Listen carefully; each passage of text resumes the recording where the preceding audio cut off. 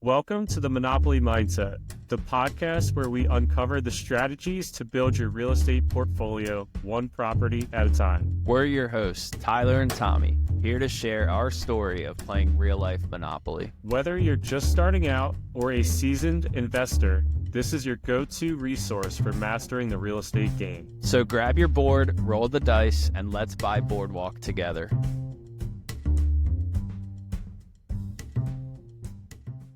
Welcome back to Monopoly Mindset, episode 38. I have another segment of Pass and Go today. Had a little bit going on in our portfolio, so we're excited to talk about it. Yeah, I'm curious how your house for sale is going because we just talked for a while and I forgot that you were selling a house. So any new offers come in? Yeah, sometimes I forget that I'm selling a house as well because we haven't got in any new offers. Done some work. We got the termite handled and got the receipt for that. We sent it to the realtor. I have a plumber going to check out. We had like a sink that was leaking in the basement, so we went ahead and got that. We're getting that replaced, I think, this week. So we're doing some things to make the property, get in better shape. We dropped the price from $255 to $245. And since then, our realtor said he was fine leaving it there for like a month or so. There's been some other properties that have came on the market, higher priced, lower priced, priced around there. But we really have not. We've had a couple of showings. I think the showing information we've gotten back has been more negative than anything. Price, like everybody says, price too high. I think if you don't want to buy a house, you're just always going to say it's priced too high. So I'm not taking it really to heart. I think it's priced relatively accurate based off what else is on the market. I mean, there's a house that was listed for like 175. It's a 4-bed, 1-bath, but it's almost like a complete remodel. Like our house is move-in ready. There's a huge difference in that, like maybe we could drop it a little bit, but I'm still fine. 4-bed, 1-bath remodel seems like a good property for you to buy. Yeah, I thought about it, but I think it's still in that area of where I'm not trying to be. And like if I want a 4-bed, 1-bath, I might as well just keep the house I'm trying to get rid of. It was part of my thinking, but I guess the difference would be like I'm really sick of those bedrooms in the basements with all the water that was one of the main reasons I wanted to sell was because we were getting water into that basement and just causing mold issue, and not that it like just water constantly being in the basement and having to have dehumidifiers running and trusting the kids to run it, and just kind of felt like I don't want to deal with this headache anymore. That's We're my hoping to, basement right now. yeah. So it's not something that I miss, and it just seems like it's been raining. And obviously, I'm not in northeastern Pennsylvania anymore, or the Northeast in general. But from what I've been told, it's much rainier than it's been in the past, and the rainstorms have been like several days in a row, just like constant rain. And there's been a lot more issues with water getting into basements and whatnot. Yeah, I don't know if I've talked about that yet, but I've been getting a lot of water in my new house, old house, but new for me, in the basement. And yeah, I got 2 dehumidifiers and I don't have like enough water where it's like a massive deal, but um the walls get like super damp and then there's a French drain, so it's not like I have running water on the floor, but like the walls you can see get like damp and wet and you can touch them. And then I have like a crawl space under half of the house that's only like 2 feet tall. And that area does actually get like a puddle of water in it. And it's just like seeping in through the basement or through the walls. And I'm like 99% sure that I caused this problem. So when I got my termite remediation, I dug a trench around the house and the termite guy put the dirt back, but it's still like slopes back towards the house. Exactly where I dug this trench is exactly where the crawl space is and exactly where the water's coming in. So I'm pretty sure that I like regraded my house to be the opposite of what you want, and so like the water's basically just coming off the gutter or hitting the ground and running straight to the foundation. So, but yeah, I'm kind of sick of basements as well. It's like every time it rains, you're just like, is my basement gonna flood even worse today? And yeah, it's kind of I yeah, think you need to throw some extra dirt there and get the water to go away from your house. I think that I'm not saying it 100% solve your problem, but I almost think it will. It could. It's worth at least yeah. doing, in a couple bags of dirt. And At least in that area. Now there's another corner where like I didn't touch the dirt, and that has signs on the wall that it's been happening for a long time. I don't. It's like it almost like crystallizes, like it looks like oxidation or whatever of like water being on cinder blocks over and over and over again. But the worst area, yeah, I'm pretty sure it's just a grading issue, and it's probably my fault. So just gotta find the time to do it. but back to trying to sell Overbrook, it's been a challenge. I'm not sure what else to do if we're just gonna at this point hold it through the spring, if we just take it off the market and then put it back on in the spring. It just hasn't been a ton of traction. I'm thinking maybe we drop the price a little bit more.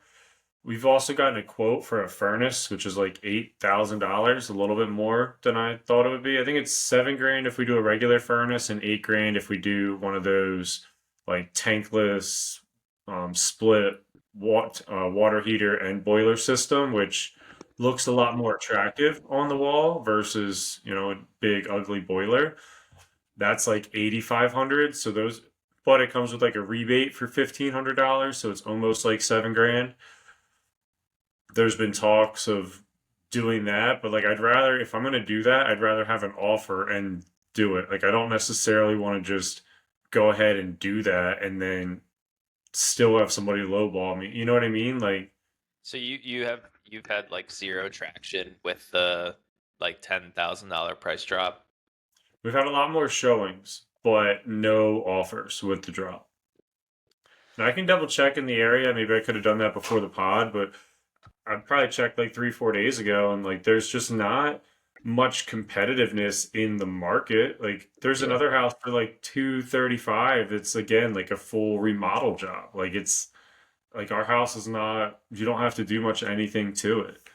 So I mean, unfortunately, I don't want to pour salt on your wound, but one thing we've talked about is like in how much harder it is to get a property for a good deal in my area, and we've always said like, you might have to put in 20 offers because there's so much competition, but the flip side of that is when you go to sell, it's probably going to fly off the shelf a lot faster because there's so much competition. So I think that might be is you just have a slower market. I don't want to call it like super small because you got Scranton right there, but when you're buying, you definitely have a lot less competition than say like where I live. So when yeah, you there's. sell, it's kind of going to reflect the same thing. I think that's true, and then also just the houses that are super attractive to me at the time are a little bit tougher to become a house that a single family, like a family with like 2 or 3 kids, is probably not going to like that house. So some of the people that are maybe more qualified to buy a house, this house is probably more of a, hey, I'm a single person. I want to have a guest room or two. I want to have an office in my, place. And just it doesn't have as much land as maybe people would like to have. So there are some things to it that maybe I could see doesn't make it attractive for every buyer for sure. It's definitely not my favorite house, but it also has a lot of positives too. And like the kitchen's brand new, and like it's got a lot of space. If you want some, rooms to hang out in and to host people, like it does have that. So there's and it's dude, it's a good area. Like Dallas is a tough place to get houses. Like there's Shavertown's a little bit further out, which you and I have a property there, and there's Trucksville. Like, but to get into actual Dallas, like there's not that many houses. So I think it's a lot of it just has to do with the timing. Like if the kids would have moved out 2 months sooner or a month sooner, we would have been able to get it listed before it kind of started to get because it gets colder up there almost a month before it gets colder in Maryland. And so, once it gets cold and the leaves start falling off and these houses all look uglier and then there's mud in the front yard, like it just, they don't sell, or have as much value. Then the spring, they look so much nicer. So I Do think you think you would all take it that. off the market and relist it for like 250 in the spring and just let it sit vacant for 4 months? Yeah, maybe go Airbnb it out, right? Throw some air mattresses in there. Yeah, I don't know. I'll talk with the realtor, see what his thoughts and opinions are.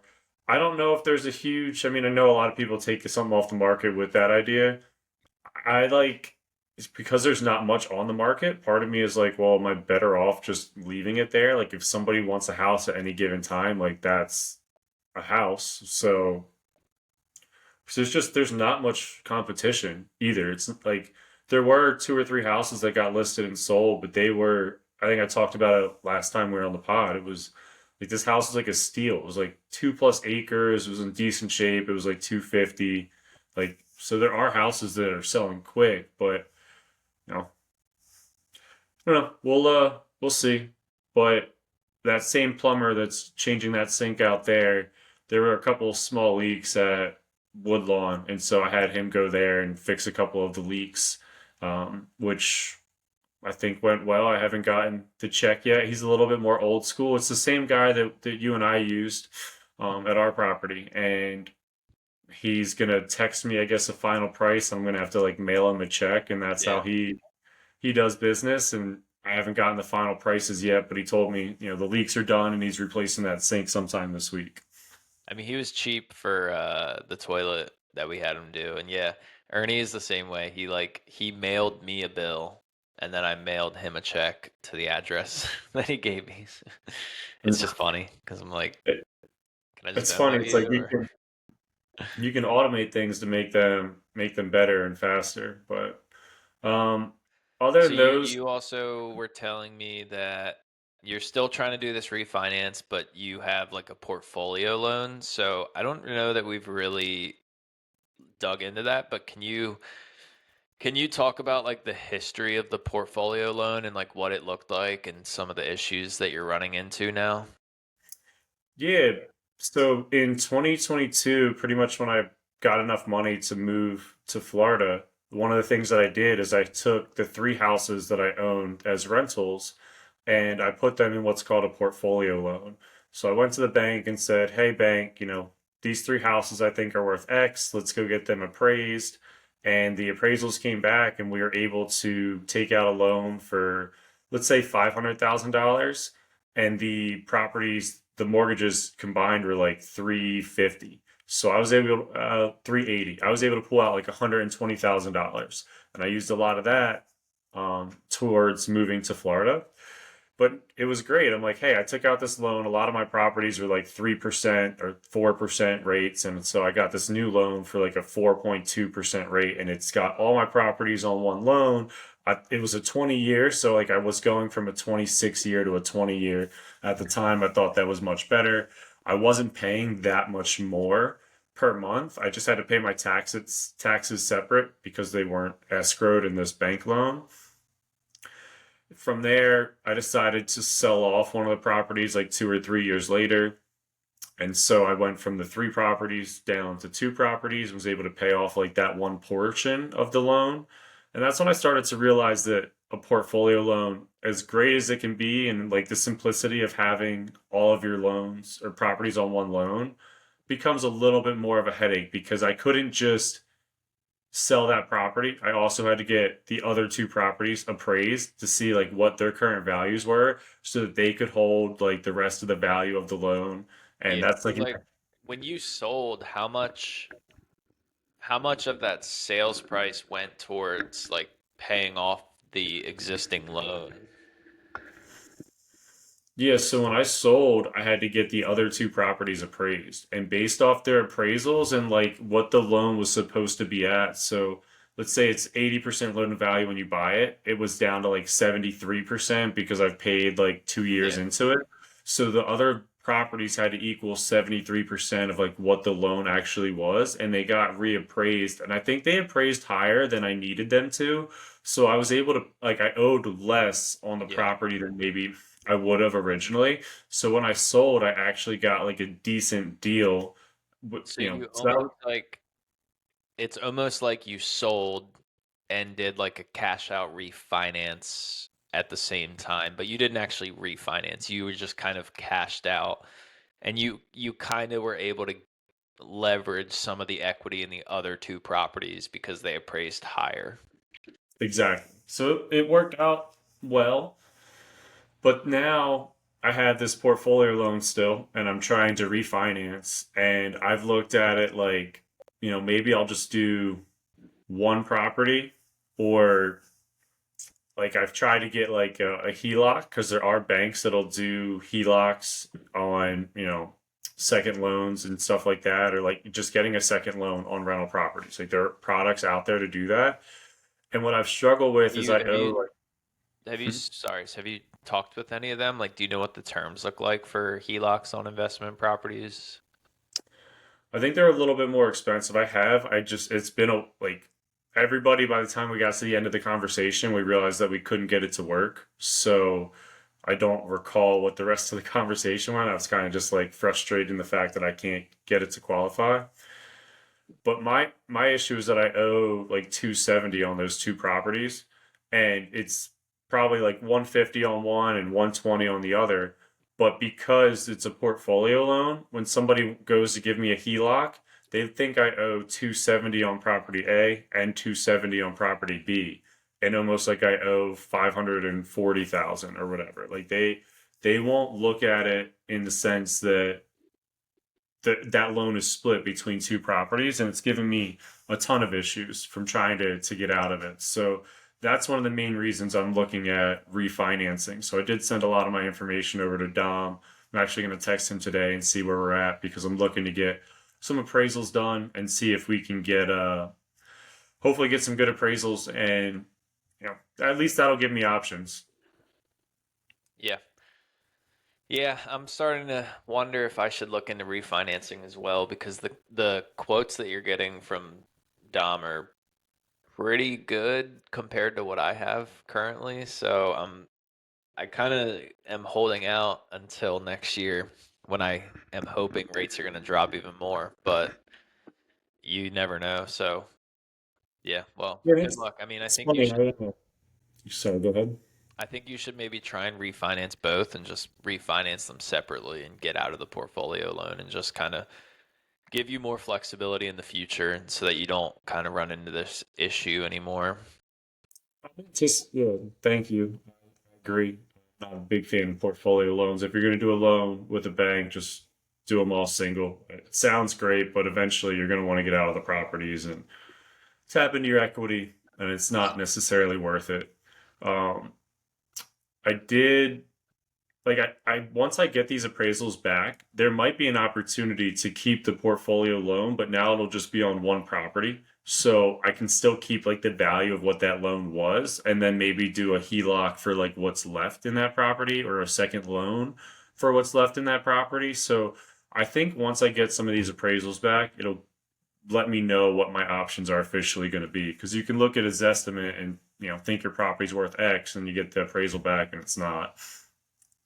So that's one thing. And the second thing is I met with a different loan officer to try and get some DSCR quotes, and he sent them back the other day, and they were relatively confusing. Like every property was different rates and different percentages of points that you would have to pay. And like one great thing about Dom and at Burr is like what they say is what you get, and you kind of get it at all the loans. So you don't have to like guess like, hey, this loan's going to be slightly different and that loan's going to be slightly different. Like they're relatively standard in like the prices that they give you. Yeah, you'll have to send me that. I'm curious. What was like the low? What was the lowest one? Honestly, it was for 5 properties because I sent like TDJ stuff over, or 6 properties, and it just got overwhelmingly confusing. So I'll send it over. I tried reviewing it a couple of times, but I was like, yeah, I kept getting lost. Yeah, I think you Um, told me that you met with this this guy. Uh, Yeah, the first initial conversation was great, but then 3 weeks later, he finally sent over the pricing, and then I don't know if something got lost in like the 3 weeks that he took to get back to me, but a lot of the pricing seemed different from what we were discussing originally. and I think also in the last 3 weeks, rates have gone up a little bit. Yeah, that's fair.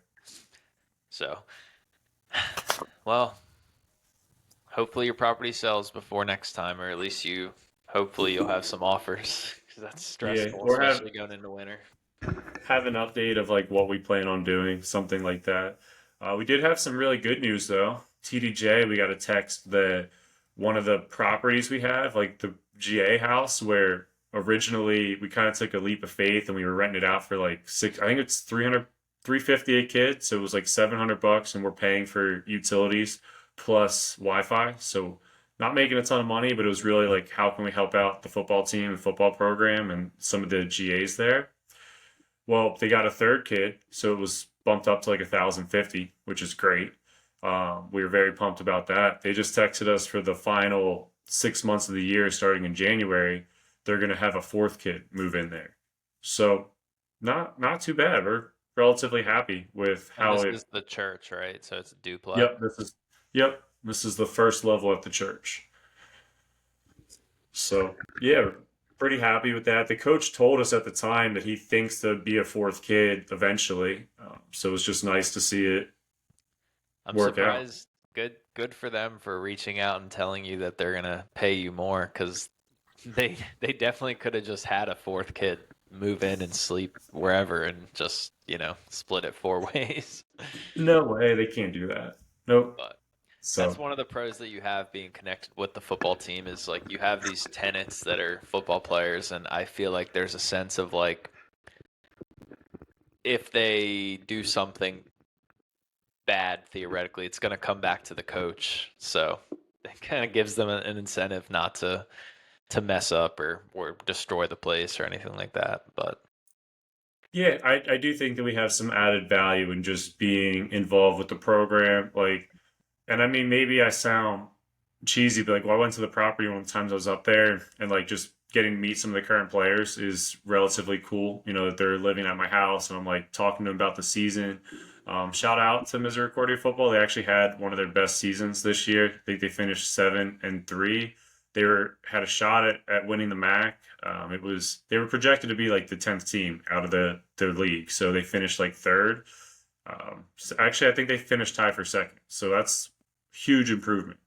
yeah, Really, that's a really long cool. way from when you went there. What what you guys won, like 2 games all your Yeah, 4 years?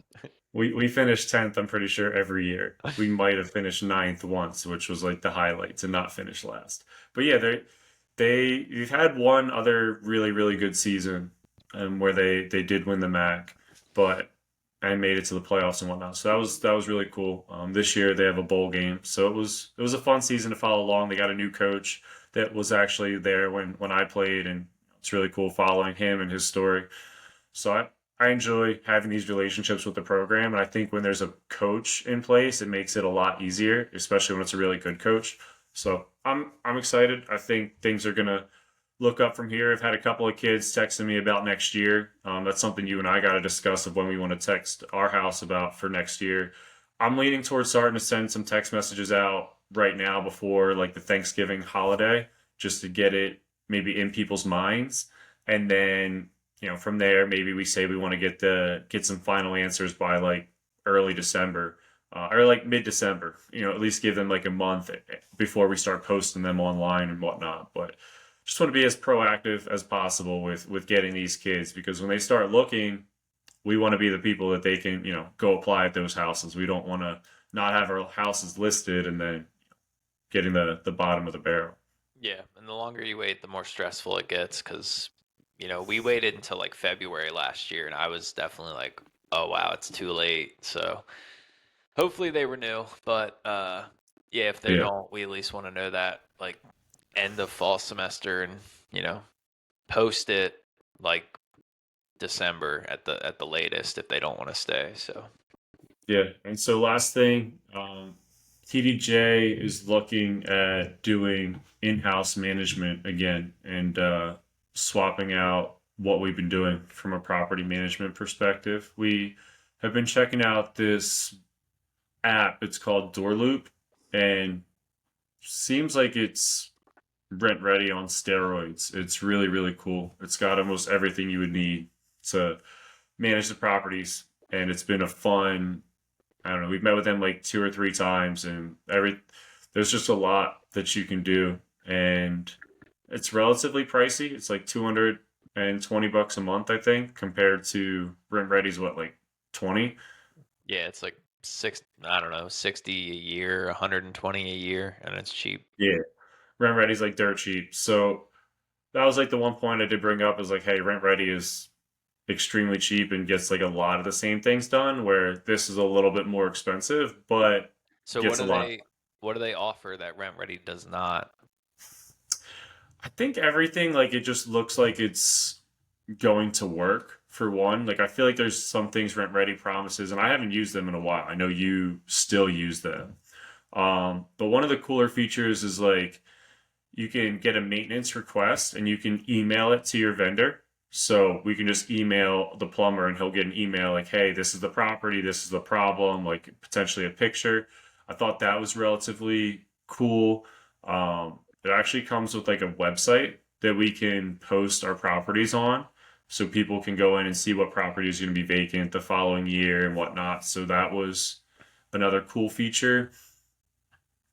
Um, and then I the other wonder thing that though, I thought, like I feel like over a certain age, you would actually use like a third party website to look for rentals, and like same thing with like the Poconos, my property management company. They have like their own website that you can book the property on, but like I feel like especially college kids or like you're either going on Airbnb or Zillow to find a place. Like you know what I mean? You're not going on like Tom Stelzer. I know you've always wanted to do a house and like you want to just be able to like give somebody a URL and that's like all your properties that are available, but I don't know, I feel like especially young kids, it's like you're just going on Zillow or Realtor to search for houses. I could be wrong, but yeah, I don't think that you're wrong. I think for me, it's the fact that if I can send my houses, then they can look at my houses versus going to Zillow and seeing Ty and Steve and Joe's house, and it's like, well, I don't want them renting those houses. I want them renting my houses. So if I can send them a link that's got my houses on there, uh, I think like visually, it's also cool to look at it having like, hey, this property is vacant for next year. This property is going to be filled for next year. You know what I mean? yeah, So yeah, it's that was the last things I kind of my opinion was that it is a little bit pricier. yeah. But there's also the accounting feature seems really, really cool. I know there's accounting in Rent Ready, but you have to pay extra for it, I believe. If I don't I don't pay extra for anything, but yeah, the only thing I get accounting wise is at the end of the year, I I export an Excel from Rent Ready that has my total income. Yeah. So with this on Door Loop, I can take a photo of all of my like receipts and expenses and like upload them right there. And then it'll basically do all of that accounting bullshit, like headaches at the end of the tax season. It'll just populate as long as I put everything like right now I put everything into Google Sheets and then it's kind of like a headache at the end of the year to Yeah. add it. I just put it all into this website and then it will populate everything out for me and I'll just have my full like tax stuff done. So that was another Yeah. added perk.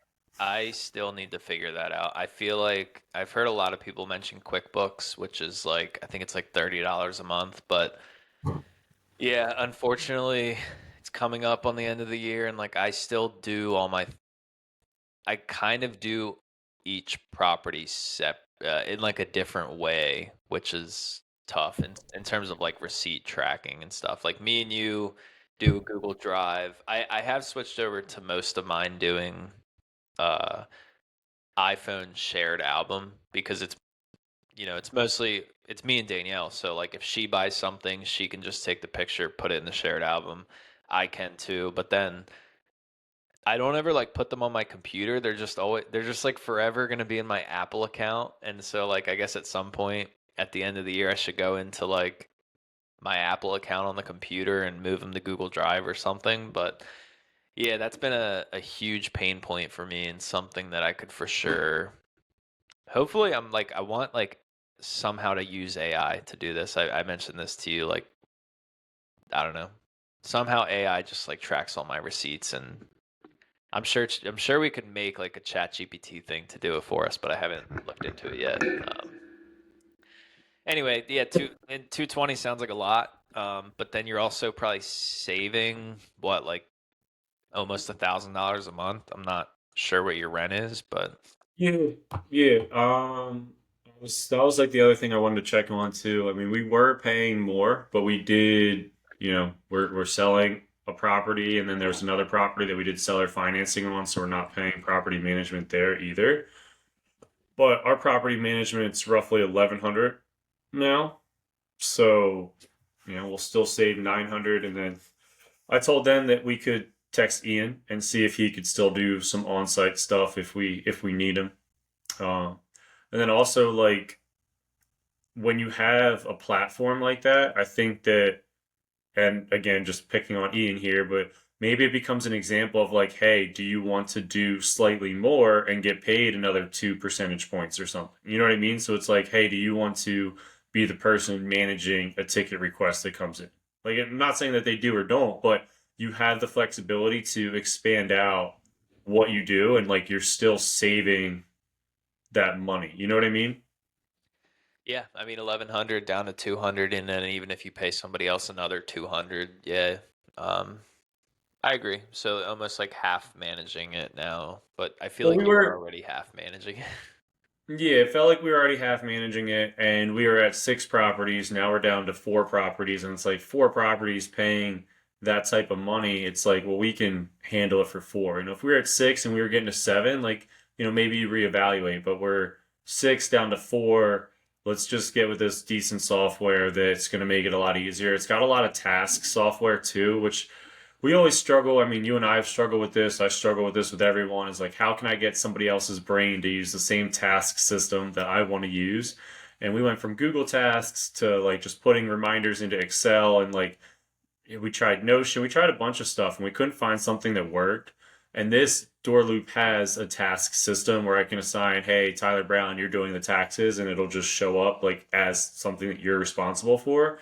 And I think that'll be something that we're forced to use, and we'll just grow to use that task system, which should help us get more things done from different jobs that we need to do. So it's, yeah, definitely a work in progress, but we've changed our meetings. We meet like once a week now and kind of talk through what needs to get done, and like been working towards managing these on our own. So we're next step is trying to tell our property manager that that's the direction we want to go, and see what happens from there. And then I also have to figure out, what do I want to do? Do I want to keep him for my three, or do I also want to bring it in house? And then am I going back to rent ready or paying the additional money for door loop? Yeah, I probably would recommend Rent Ready for your own properties if it's 200 a month, just because that's a lot for you personally. But I don't know. Rent Ready seemed fine for me, but I also all my tenants also just text my cell phone number personally, which isn't great. So Yeah, and I think rent ready's got variations of what you can add and not add, and I've always liked them, so I probably will just revert back to them getting my own account. Uh, we might have to get a separate account for our property because it's kind of tied into yours. I don't know if it'd be worth us getting our separate account or not, but I know every time I try to log in, I seem to have like slight issues. But to be fair, I haven't logged in a while, so there's no reason to. We're getting our rent. So yeah. but yeah, that's the last thing that I'll want to say. I've been kind of just dealing with a bunch of small miscellaneous repairs and stuff. I mentioned a leak, just random stuff. I've had this dryer issue that's just been a pain because I guess the fuse keeps blowing.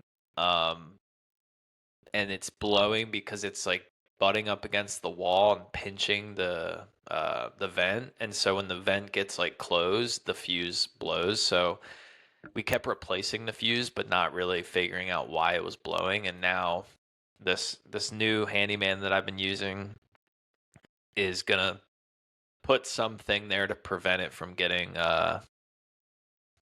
clogged and replace the fuse again. But yeah, just the and then at my last property, just small like new tenant type things that keep coming up. Like no one's lived there for 2 months. He's just moving in. So like there's just like these small nuanced things that like I dealt with when I lived there. But then now he's like, hey, what's up with this and this and this, blah blah blah. Um, but the one thing I wanted to say is, so me and you decided to take some money out of our account and kind of pay ourselves from our house in Misericordia. So um, yeah, we each put in $15,000 when we bought the property, and it was what, August of 24. So it's been like 15 months, and we we each put in 15, and I think we spent like 15 at closing. So we had 15,000 in that account to like kind of start out with, and only like 13 or 15 months later, it was almost already back to 30. And I know I said like it doesn't feel like it's growing that quickly, but then when you look back and you're like, wow, it basically grew $15,000 in 15 months, which is like, I mean, I think it's both of our best deals.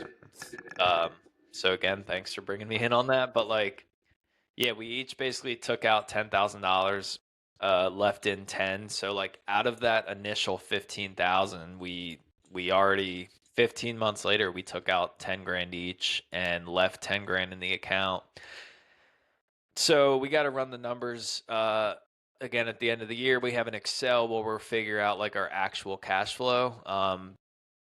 But yeah, I mean it's been about $1,000 a month, which is awesome for only putting $15,000 down, which is just the power of seller financing. So yeah, we kind of wanted to leave it in there to buy something, but personally, I've just had so many things come up with this new house that it's I've been spending a lot more money on my current house than I had planned, which is unfortunate.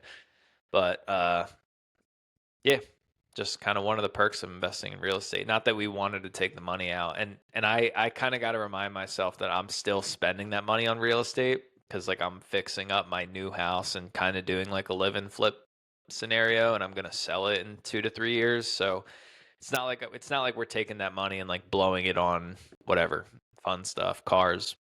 Well, maybe we are, but yeah, like at least I'm taking that money and buying real estate. So, but Yeah, yeah, that that property's been awesome so far. cool. To echo everything Ty said, the property's definitely been awesome. The seller financing deal has been the best deal that we've been a part of. I mean, if we could track the return on equity that we're getting there, it's like everything's got to almost be infinite at this point. It's been a crazy good deal. And sometimes there's highs and lows in real estate, and just we have our personal lives as well, and like we're definitely affected with how much more expensive life has gotten. And we had the goals of wanting to buy another property with some of the money we had in that account, to Ty's point. And you start running the numbers, and it's like this is like something in real estate investors. Sometimes we bite off a little bit more than we can chew. And not saying that Ty did that, but like it happens to us, and like it happened to me 2 years ago. You buy another property, you get caught doing more repairs than maybe you anticipate. And it's important to have some of those accounts that have extra reserves in there, because you might be pulling from your personal account, adding it to your business account. You might have extra stuff in your business account that's going to feel a little bit better in your personal account. And we had that flexibility of keeping these reserves, and that allow like it's a really positive thing to do when you're a real estate investor, is to always make sure you have a little bit of extra cash on the side in the form of reserves, or also just having access to, whether it's a HELOC or 0% credit card maybe is your least and worst option, but at least like having access to that so that you're not taking out necessarily bad debt in any way. So just make sure you always have access to reserves.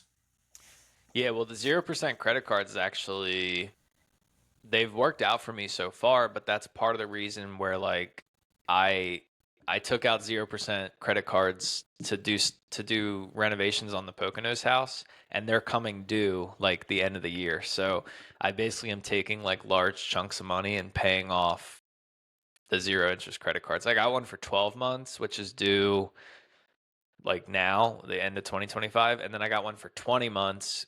So I'm gonna pay off a large chunk like now, and then I have another large chunk that's due like summer of or next summer of 26. So yeah, kind of like got this Pocono place. It's performing really well, but I took on debt to do these renovations. So like as time goes on, I'm kind of saving money, and then it's just gone right away, which is unfortunate, but I would have rather bought it, earlier than waited until I can actually afford it. Because Yeah. leverage, I leverage, mean, leverage. part of your plan too was to take the money that you're making from the property and use that to pay off some of this. And so you've done that in some aspects, but then sometimes some of that money has gone towards other real estate expenses that have came up. And so like a cool thing about real estate is you're typically getting cash flow that can handle certain repairs and expenses. And like the tougher part is when you have extra debt that you have to make those payments on. And I'm a fan of 0% credit cards. I've used them a ton in the past as well.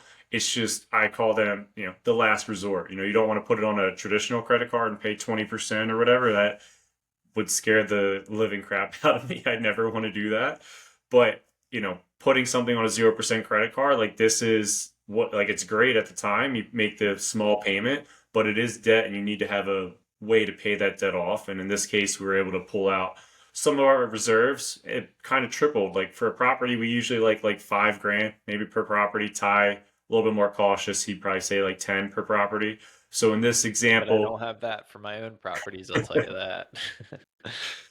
but in this example, we were able to drop down to like 7.5, and now it's back up to 10. So we were, able to pull out a little bit extra money and pay off some of those debts that we wanted to. So yeah, it's different portfolio. I think when we started this podcast, Ty and I were talking about it earlier. We wanted to be more exciting and talk about like the sexy things in real estate. Like, hey, we got this deal, and hey, we're buying this property, and like we're saving up for this. And instead, it's been a lot more.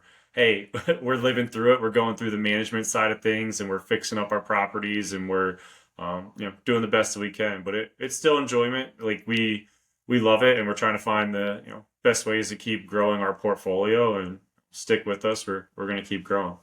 Yeah, I think if anything, it's gonna be an incentive to us to find more properties with low money down, whatever that looks like, because you're never gonna have enough money. You're never gonna save enough money to buy as many houses as you want. So I think for us, that's kind of the next natural path, and we just need to kind of figure out the borrowing other people's money to buy bigger places. I think is kind of the next path that I would like to go.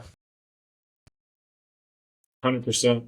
And again, part of the reason this podcast is let people know we invest in real estate. And the amount of people I went to hang out with Mikey this weekend, and like his buddy Lippy was, yo, listen to your podcast, listen to your podcast. And like it's fun when you hear people saying that. Granted, I think 80% of the people that say They that just they they lie. listen.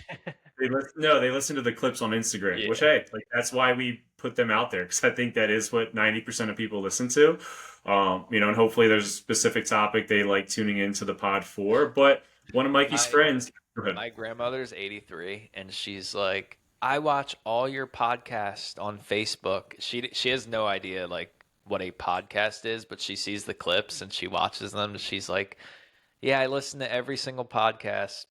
And she, but all right, Grandma, thanks. Shout out to Grandma Carol. But he's got a buddy that also invests in real estate. He's got like 5 properties in the Fort Myers area, and he lives up in Tampa. So he's kind of doing like long distance management at the time. I don't know. I thought originally he did college rentals. This is Mikey's talked to me about him for a while, but like I just clicked like who it actually was in his friend group, and I asked him if he'd come on the pod. He said he will, so we'll have to get him on here soon. He's very, it was really cool to like listen to his story, but he's kind of got like Mikey and his other friend Lippy like doing some of the property management stuff, and like it was Mike's birthday a couple weeks ago, and he like texted Mike like, "Hey, can you go like send these people an eviction letter?" Mike's like, "It's okay, sure. And he never texted Mike happy birthday because he forgot. um, Eviction but comes that's why we soon. do this, right? We get more conversations about real estate with random people that we never would have thought that we got. We're trying to build the credibility up to show that we love investing in real estate. And so if somebody does have additional money and they want to partner with us, we have proof of concept. We know what we're looking for, and we want to help them make money and then also help us get into more properties. So it's a win-win for everybody. Yeah. So with that, thanks for tuning in, and yeah, look forward to our next week's episode. We'll have a guest coming on.